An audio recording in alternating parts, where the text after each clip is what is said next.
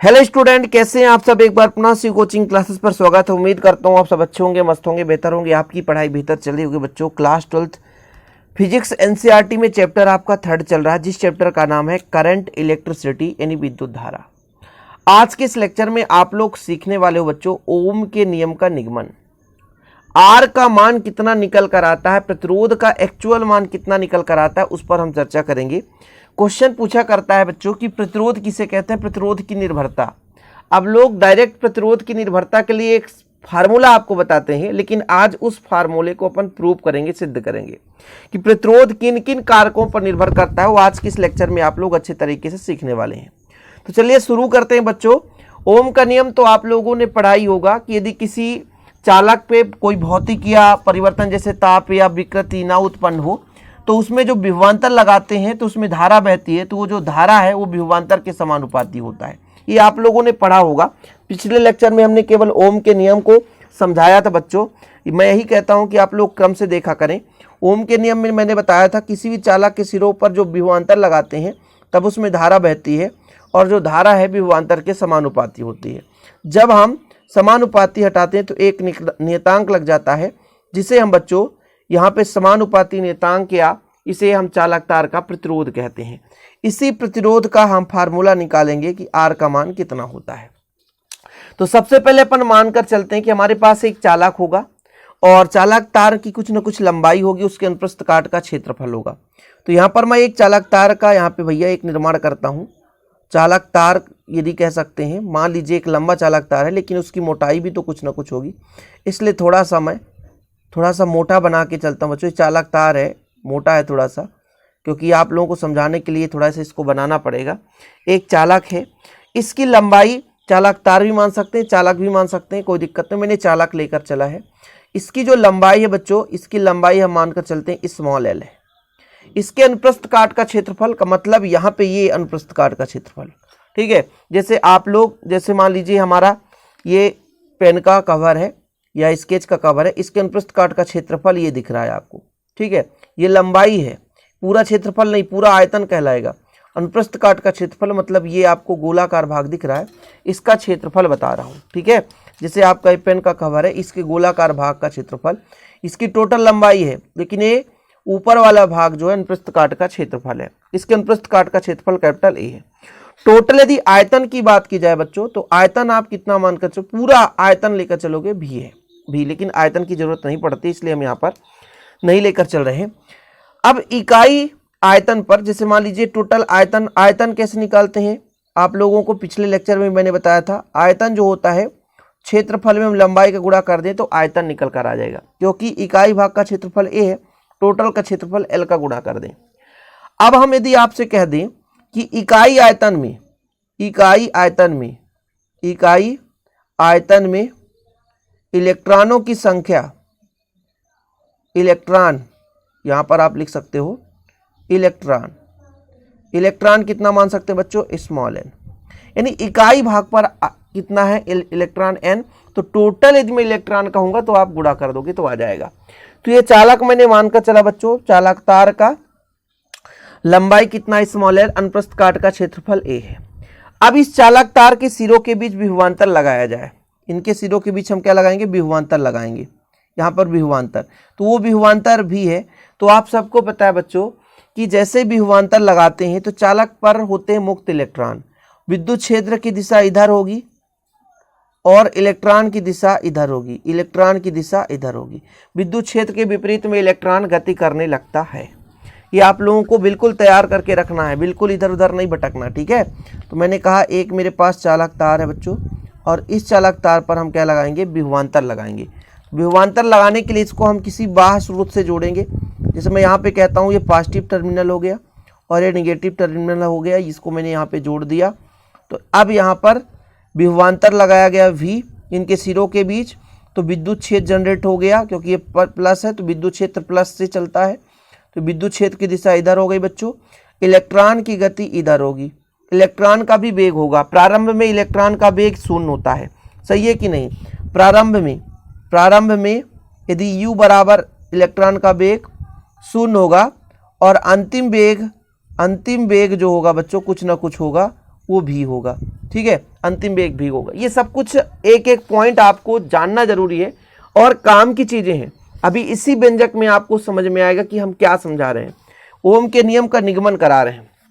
तो चूंकि आप लोगों को तो इतना क्लियर हो गया कि जैसे ही हम चालक तार पर विभवांतर लगाते हैं तो चालक तार पर धारा बहने लगेगी, ये तो डेफिनेट है बच्चों। और आप लोगों ने धारा की परिभाषा भी सीखी होगी कि आवेश प्रवाह की दर को धारा कहते हैं। जैसे मान लीजिए किसी चालक तार पर आवेश बहने लग गया तो धारा बहने लग गई। यहां पर जो मैंने डायग्राम आपको समझाया कि ये चालक तार है, इसको हमने पॉजिटिव टर्मिनल नेगेटिव टर्मिनल के साथ जोड़ दिया तो इसमें आवेश बहने लग गया। इलेक्ट्रॉन विद्युत क्षेत्र की विपरीत दिशा में बहती है तो कहीं ना कहीं इलेक्ट्रॉन बह रहा है। मुक्त इलेक्ट्रॉन का प्रवाह ही धारा है। यहां पर कहीं आपको मिलेगा कि आवेश प्रवाह की दर ही धारा है। अच्छा, इलेक्ट्रॉन का प्रवाह क्या धारा नहीं है? है। इलेक्ट्रॉन का प्रवाह तो आवेश का प्रवाह है। इलेक्ट्रॉन पर होता है ऋण चार्ज, यदि ऋण इधर जा रहा है तो पॉजिटिव इधर जाएगा। सिंपल है, ये सब चीज पता है बच्चों।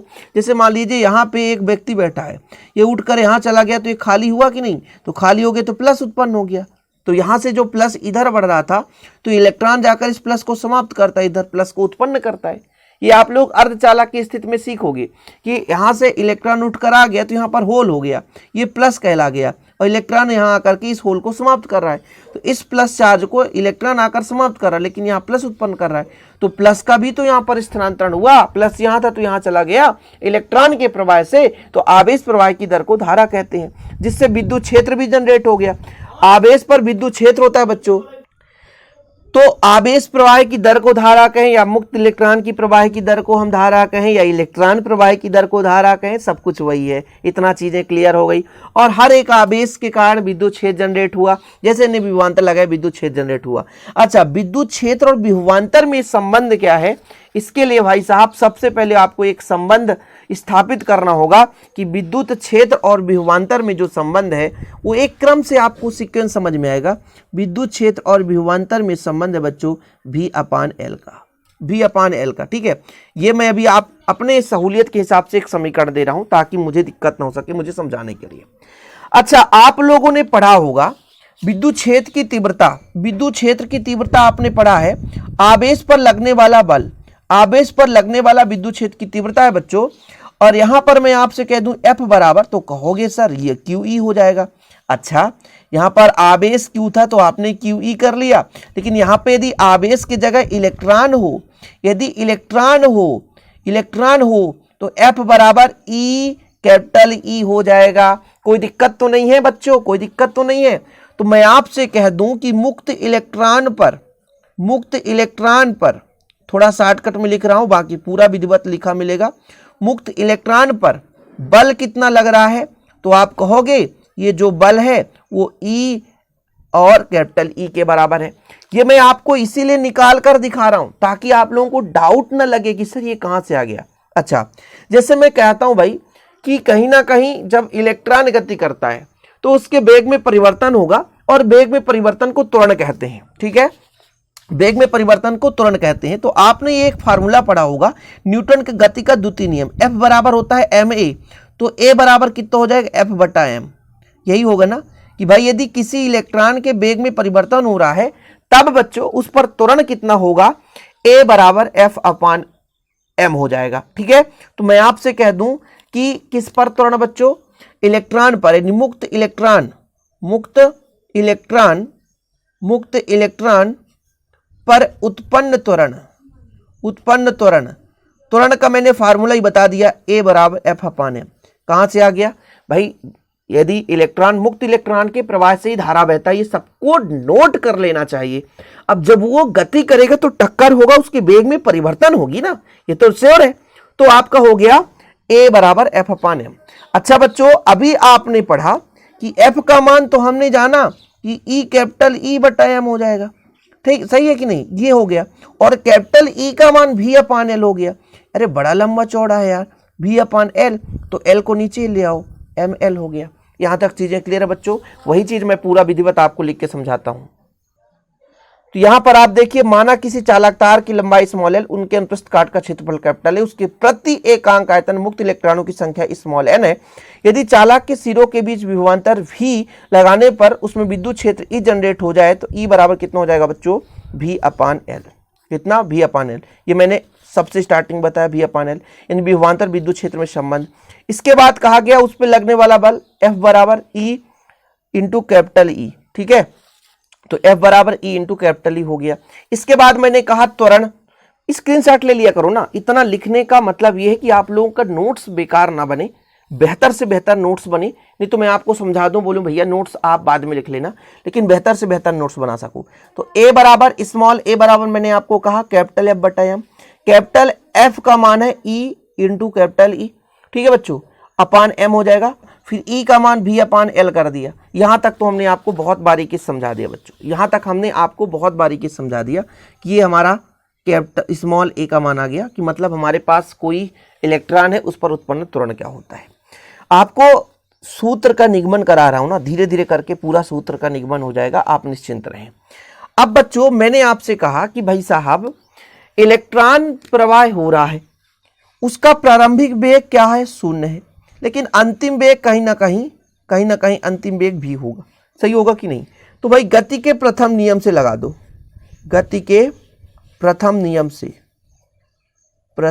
से, गति का प्रथम नियम क्या कहता है? v बराबर u plus A T. v बराबर u प्लस ए टी।